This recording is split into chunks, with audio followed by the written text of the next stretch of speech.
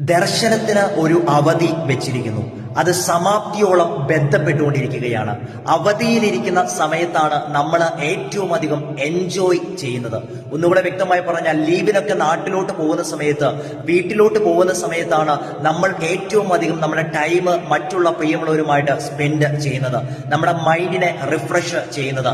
അങ്ങനെയെങ്കിൽ പ്രിയമുള്ളവരെ, ദൈവമാണ് അവധി വെച്ചിരിക്കുന്നതെങ്കിൽ ഈ സമയം നമ്മൾ ദൈവത്തിൽ ആശ്രയിച്ച് എൻജോയ് ചെയ്യുവാൻ പഠിക്കുന്നുവെങ്കിൽ, ദൈവത്തിൽ ആശ്രയിച്ച് ദൈവസന്നിധിയിൽ റെസ്റ്റ് എടുക്കുവാൻ തയ്യാറാകുന്നുവെങ്കിൽ, നമ്മുടെ ജീവിതത്തെ ഒന്നുകൂടെ റിഫ്രഷ് ചെയ്യുവാൻ തയ്യാറാകുന്നുവെങ്കിൽ, ആ ചോദ്യങ്ങളുടെ മധ്യ തന്നെ ദൈവത്തിന്റെ പ്രവൃത്തി നമുക്ക് വേണ്ടി വെളിപ്പെടുവാൻ ഇടയായിത്തീരും. അവധിയിലിരിക്കുന്ന ഒരു വ്യക്തിയും ശോകമടിച്ച് ഡിപ്രഷൻ അടിച്ചിരിക്കുന്നത് ഞാൻ കണ്ടിട്ടില്ല. എന്നാൽ അവധിയിലായിരിക്കുന്ന ഓരോരുത്തരും അവരുടെ ജീവിതത്തെ വളരെ മനോഹരമാക്കുന്നത് അവരുടെ പ്രിയപ്പെട്ടവരോടുള്ള സമയത്തിലാണ്. അങ്ങനെയെങ്കിൽ നാമും നമ്മുടെ അവധിയിലായിരിക്കുന്ന വാഗ്ദത്തങ്ങളുടെ മധ്യേ ദൈവസന്നിധിയിൽ വിശ്വസ്തയോടെ ഇരിക്കുവാൻ തയ്യാറാകുന്നുവെങ്കിൽ, ദൈവസന്നിധിയിൽ സത്യസന്ധമായി നിൽക്കുവാൻ തയ്യാറാകുന്നുവെങ്കിൽ, നമ്മൾ ദൈവത്തിൽ സമ്പൂർണ്ണമായി ആശ്രയിച്ച് മുന്നോട്ട് പോകുവാൻ തയ്യാറാകുന്നുവെങ്കിൽ അതിന്റെ സമയം തെറ്റുകയില്ല. അത് തക്ക സമയത്ത് തന്നെ വെളിപ്പെടുമ്പോൾ അതൊരു സാക്ഷ്യമായിട്ട് മാറും. അതെ, അവധിയിലിരിക്കുന്ന വാഗ്ദത്തങ്ങളെ ഓർത്തുകൊണ്ട് നാം ഭയപ്പെടേണ്ട. അതിന് ദൈവം വെച്ചിരിക്കുന്ന ഒരു സമയമുണ്ട്.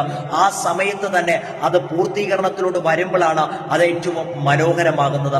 എല്ലാത്തിനും അതിൻ്റെതായ സമയമുണ്ട് എങ്കിലും ആ സമയത്ത് അത് കൃത്യമായി നമ്മിലോട്ട് എത്തുക തന്നെ ചെയ്യും. അതേ, കാലം എത്ര കഴിഞ്ഞാലും, എത്ര നാളുകൾ കാത്തിരുന്നാലും, നിനക്കൊരു ദർശനം ദൈവം നൽകിയിട്ടുണ്ടെങ്കിൽ, ഒരു കാഴ്ചപ്പാട് ദൈവം നൽകിയിട്ടുണ്ടെങ്കിൽ, അതിന്റെ പൂർത്തീകരണം ദൈവം നിന്നിലൂടെ തന്നെ ചെയ്യുമ്പോൾ നിന്റെ അവധികൾ പൂർത്തീകരിച്ച് അത് പുറത്തു വരുന്ന ഒരു സമയമുണ്ടെന്ന് വിശ്വസിക്കുക. അവിടെയാണ് ജീവിതം ധന്യമാകുന്നത്. God bless you.